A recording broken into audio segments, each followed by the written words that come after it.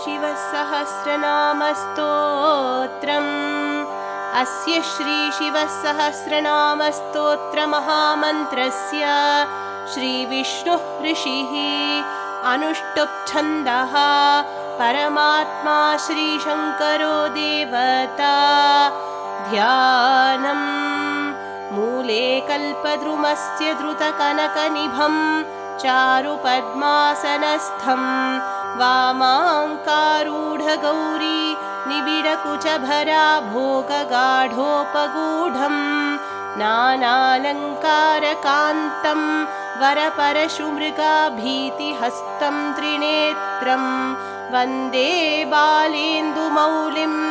गजवदनगुहाश्लिष्टपार्श्वं महेशम्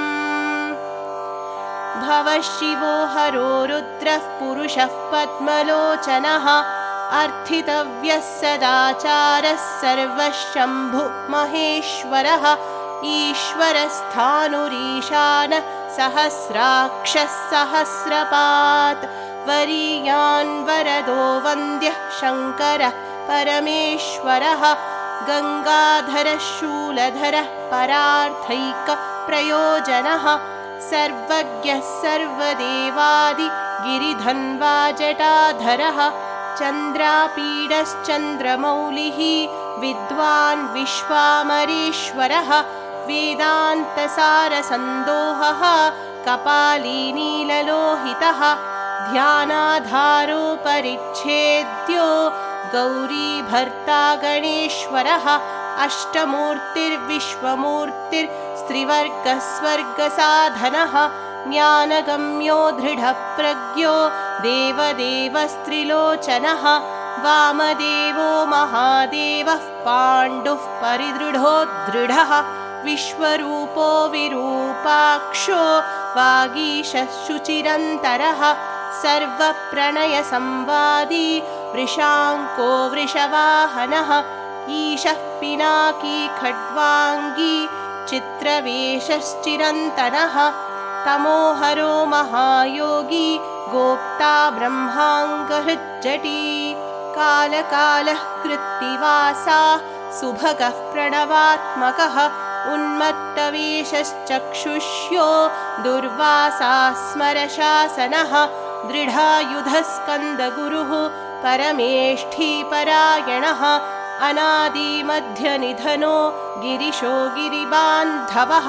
कुबेरबन्धुः श्रीकण्ठो लोकवर्णोत्तमोत्तमः सामान्यदेवः कोदण्डी नीलकण्ठः परश्वधी विशालाक्षो मृगव्याधः सुरेशः सूर्यतापनः धर्मकर्माक्षमक्षेत्रं भगवान् भगनेत्रभित् उग्रः पशुपतिस्तार्क्ष्यप्रियभक्तः प्रियं वदः दान्तो दयाकरो दक्षः कपर्दी कामशासनः श्मशाननिलयः सूक्ष्मः श्मशानस्थो महेश्वरः लोककर्ता भूतपतिर्महाकर्ता महौषधी उत्तरो गोपतिर्गोप्ता ज्ञानगम्यः पुरातनः नीतिः सुनीतिः शुद्धात्मा सोमरतः सुखी सोमपोमृतपः सोमो महानीतिर्महामतिः अजातशत्रुरालोकः सम्भाव्यो हव्यवाहनः लोककारो वेदकारः सूत्रकारः सनातनः महर्षिः कपिलाचार्यो विश्वदीप्तिस्त्रिलोचनः पिनाकपाणिर्भूदेवः स्वस्तिदस्वस्तिकृत् सदा त्रिधामा सौभगः शर्वः सर्वज्ञः सर्वगोचरः ब्रह्मधृग्विश्वसृक् स्वर्गः कर्णिकारः प्रियः कविः शाखो विशाखो गोशाखः शिवो नैकः क्रतुः समः गङ्गाप्लवोदको भावः सकलस्थपतिस्थिरः विजितात्मा विधेयात्मा भूतवाहनसारथिः सगणो गणकार्यश्च सुकीर्तिश्छिन्नसंशयः कामदेवः कामपालो भस्मोद्धूलितविग्रहः भस्मप्रियो भस्मशायी कामी कान्तः कृतागमः समायुक्तो निवृत्तात्मा धर्मयुक्तः सदाशिवः चतुर्मुखश्चतुर्बाहुर्दुरावासो दुरासदः दुर्गमो दुर्लभो दुर्गः सर्वायुधविशारदः अध्यात्मयोगनिलयः सुतन्तुस्तन्तुवर्धनः शुभाङ्गो लोकसारङ्गो जगदीशोऽमृताशनः भस्मशुद्धीकरो मेरु रोजस्वी शुद्धविग्रहः हिरण्यरेतास्तरणिर्मरीचिर्महिमालयः महाह्रदो महागर्भः सिद्धबृन्दारवन्दितः व्याघ्रचर्मधरो व्याली महाभूतो महानिधिः अमृताङ्गोऽमृतवपुः पञ्चयज्ञः प्रभञ्जनः पञ्चविंशतितत्त्वज्ञः पारिजातः परावरः सुलभः सुव्रतः शूरो वाङ्मयैकनिधिर्निधिः वर्णाश्रमगुरुर्वर्णी शत्रुजित्शत्रुतापनः आश्रमक्षपणक्षामो ज्ञानवानचलाचलः प्रमाणभूतो दुर्गेयः सुपर्णो वायुवाहनः धनुर्धरो धनुर्वेदो गुणराशिर्गुणाकरः अनन्तदृष्टिरानन्दो दण्डो दमयिता दमः अभिवाद्यो महाचार्यो विश्वकर्मा विशारदः वीतरागो विनीतात्मा तपस्वी भूतभावनः उन्मत्तवेषः प्रच्छन्नो जितकामो जितप्रियः कल्याणप्रकृतिः कल्पः सर्वलोकप्रजापतिः तपस्वी तारको धीमान् प्रधानप्रभुरव्ययः लोकपालोऽन्तर्हितात्मा कल्पादिः कमलेक्षणः वेदशास्त्रार्थतत्त्वज्ञो नियमो नियमाश्रयः चन्द्रसूर्यः शनिः केतुः विरामो विद्रुमच्छविः भक्तिगम्यः परब्रह्म मृगबाणार्पणो नगः अद्रिराजालयः कान्तः परमात्मा जगद्गुरुः सर्वकर्माचलस्त्वष्टा मङ्गल्यो मङ्गलावृतः महातपा दीर्घतपाः स्थविष्ठस्तविरो ध्रुवः अहः संवत्सरो व्याप्तिः प्रमाणं परमं तपः संवत्सरकरो मन्त्रः प्रत्ययः सर्वदर्शनः अजः सर्वेश्वरः स्निग्धो महारेता महाबलः योगी योग्यो महारेताः सिद्धः सर्वातिरग्निदः वसुर्वसुमना सत्यः सर्वपापहरो हरः अमृतः शाश्वतः शान्तो बाणहस्तः प्रतापवान् कमण्डलुधरो धन्वी वेदाङ्गो वेदविन्मुनिः भ्राजिष्णुर्भोजनं भोक्ता लोकनेता दुराधरः अतीन्द्रियो महामायः सर्वावासश्चतुष्पथः कालयोगी महानादो महोत्साहो महाबलः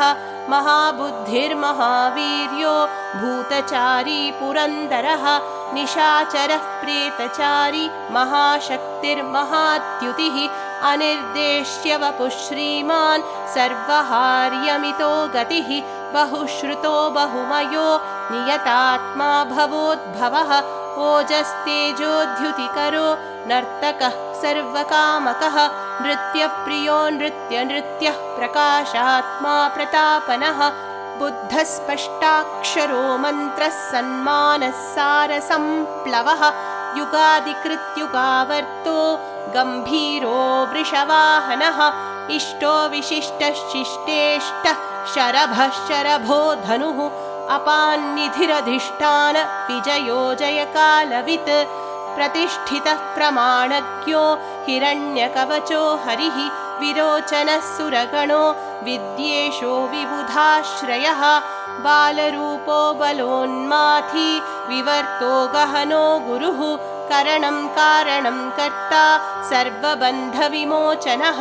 विद्वत्तमो वीतभयो विश्वभर्ता निशाकरः व्यवसायो व्यवस्थानस्थानदो जगदादिजः दुन्दुभो ललितो विश्वो भवात्मात्मनि संस्थितः वीरेश्वरो वीरभद्रो वीरः वीरभृद्विराट् वीरचूडामणिर्वेत्ता तीव्रनादो नदीधरः आज्ञाधारस्त्रिशूली च शिपिविष्टः शिवालयः वालकिल्यो महाचापस्तिग्मांशुर्निधिरव्ययः अभिरामः सुशरणः सुब्रह्मण्यः सुधापतिः मघवान् कौशिको गोमान् विश्रामः सर्वशासनः ललाटाक्षो विश्वदेहः सारः संसारचक्रभृत् अमोघदण्डी मध्यस्थो हिरण्यो ब्रह्मवर्चसी परमार्थः परमयः शम्भरो व्याघ्रकोनलः रुचिर्वररुचिर्वन्द्यो वाचस्पतिरहर्पतिः रविर्विरोचनस्कन्धः शास्ता वैवस्वतो जनः युक्तिरुन्नतकीर्तिश्च शान्तरागः पराजयः कैलासपतिकामारिः सवितारविलोचनः विद्वत्तमो वीतभयो विश्वहर्ता निवारितः नित्यो नियतकल्याणः पुण्यश्रवणकीर्तनः दूरश्रवा विश्वसहो ध्येयो दुःस्वप्ननाशनः उत्तारको दुष्कृतिः दुर्धर्षो दुःसहो भयः अनादिर्भूर्भुवो लक्ष्मीः किरीटित्रिदशाधिपः विश्वगोप्ता विश्वभर्ता सुधीरो रुचिराङ्गतः जननो जनजन्मादिः प्रीतिमान् नीतिमान्नयः विशिष्टः काश्यपो भानुर्भीमो भीमपराक्रमः प्रणवः सप्तधाचारो महाकायो महाधनुः जन्माधिपो महादेवः सकलागमपारगः तत्त्वातत्त्वविवेकात्मा विभूष्णुर्भूतिभूषणः ऋषिर्ब्राह्मणविज्जिष्णुर्जन्ममृत्युजरातिकः यज्ञो यज्ञपतिर्यज्वा यज्ञान्तो मोघविक्रमः महेन्द्रो दुर्भरसेनी यज्ञाङ्गो यज्ञवाहनः पञ्चब्रह्मः समुत्पत्तिर्विश्वेशो विमलोदयः आत्मयोनिरनाद्यन्तः षड्विंशत्सप्तलोकधृक् गायत्रीवल्लभः प्रांशुर्विश्वावासः प्रभाकरः शिशुर्गिरिरतः सम्राट् सुषेणः सुरशत्रुः अमोघोरिष्टमथनो मुकुन्दो विगतज्वरः स्वयं ज्योतिरनुज्योतिरात्मज्योतिरचञ्चलः पिङ्गलः कपिलश्मश्रुः शास्त्रनेत्रत्रयी तनुः ज्ञानस्कन्धो महाज्ञानी निरुत्पत्तिरुपप्लवः भगो विवस्वान् आदित्यो योगाचार्यो बृहस्पतिः उदारकीर्तिरुद्योगी सद्योगी सदसन्मयः नक्षत्रमाली राकेशः साधिष्ठानः षडाश्रयः पवित्रपाणिः पापारिर्मणिपूरो मनोगतिः हृत्पुण्डरीकमासीनः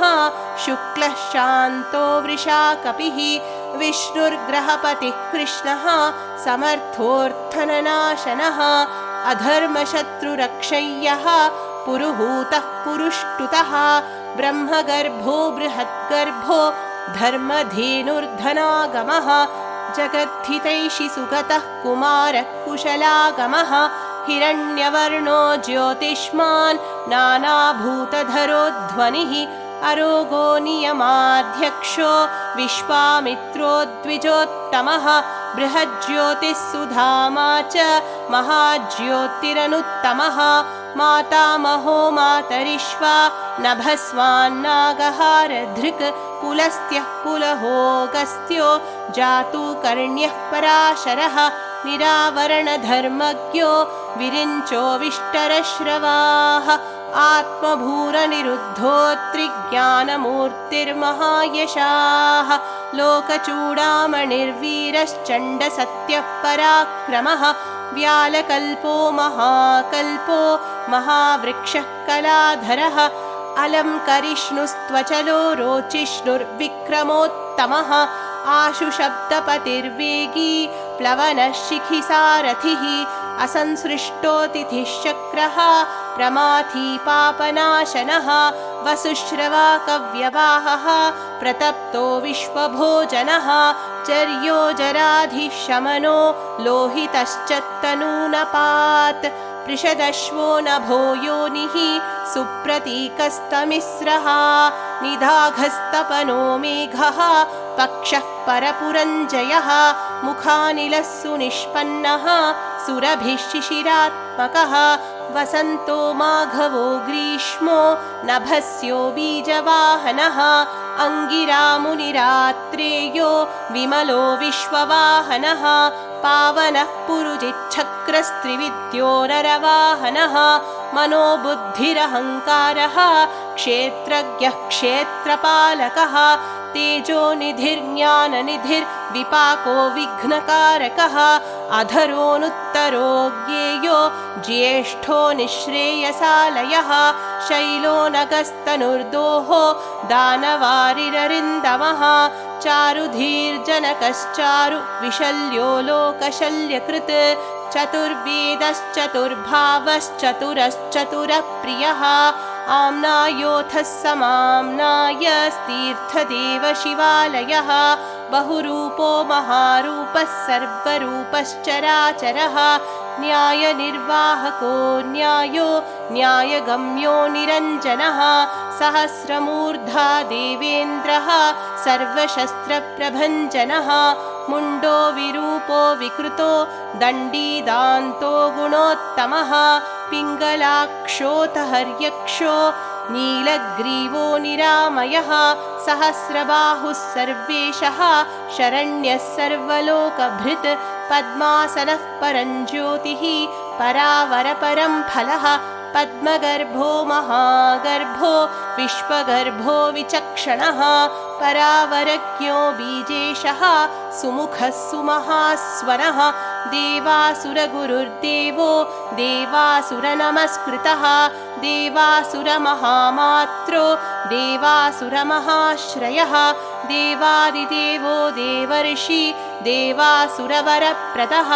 देवासुरेश्वरो दिव्यो देवासुरमहेश्वरः सर्वदेवमयोचिन्त्यो देवतात्मात्मसम्भवः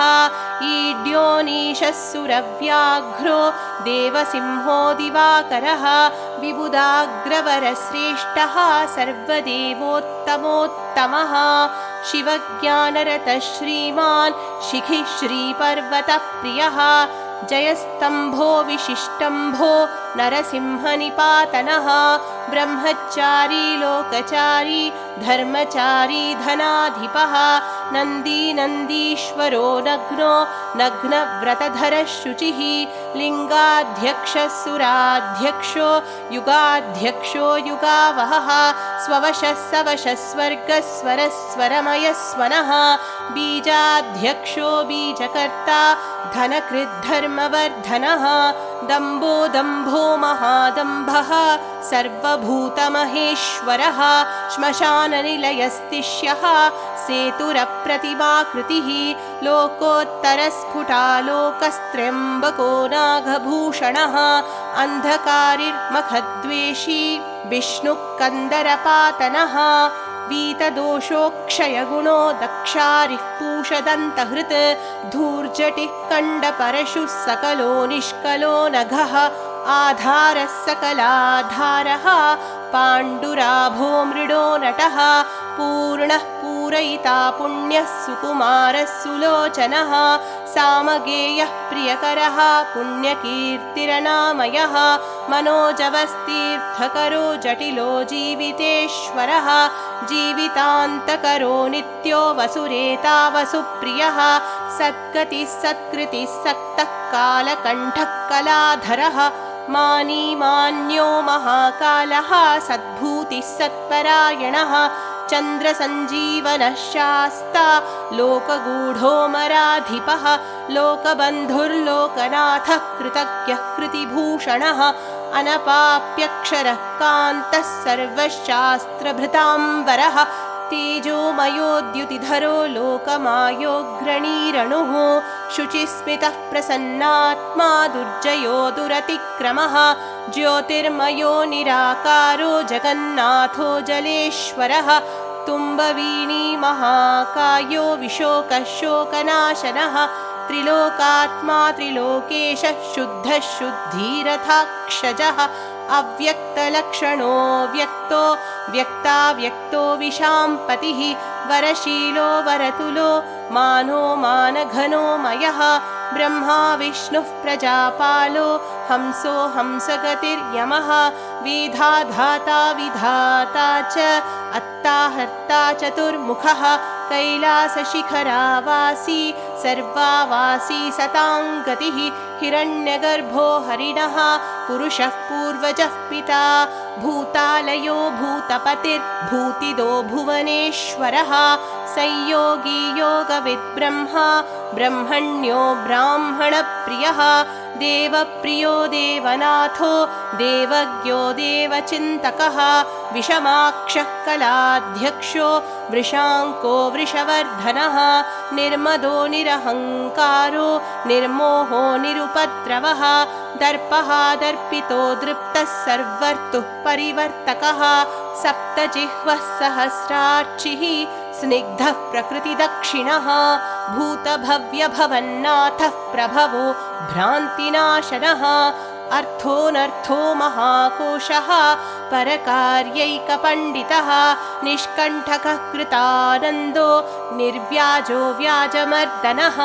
सत्त्ववान् सात्विकः सत्यः कीर्तिस्तम्भकृतागमः अकम्पितो गुणग्राही नैकात्मानैककर्मकृत् सुप्रीतः सुमुखः सूक्ष्मः सुकरो दक्षिणो नलः स्कन्धः स्कन्धधरो धुर्यः प्रकटः प्रीतिवर्धनः अपराजितः सर्वसहो विदग्धः सर्ववाहनः अधृतः स्वधृतः साध्यः पूर्तमूर्तिर्यशोधरः वराह शृङ्गधृग्वायुः बलवानेकनायकः श्रुतिप्रकाशः श्रुतिमान् एकबन्धुरनेकधृक् श्रीवल्लभः शिवारम्भः शान्तभद्रः समञ्जसः भूषयो भूतिकृद्भूतिः भूषणो भूतवाहनः अकायो भक्तकायस्थः कालज्ञानी कलावपुः सत्यव्रतमहात्यागी निष्ठा शान्तिः परायणः परार्थवृत्तिर्वरदो विविक्तश्रुतिसागरः अनिर्विण्णो गुणग्राही कलङ्काङ्कः कलङ्कः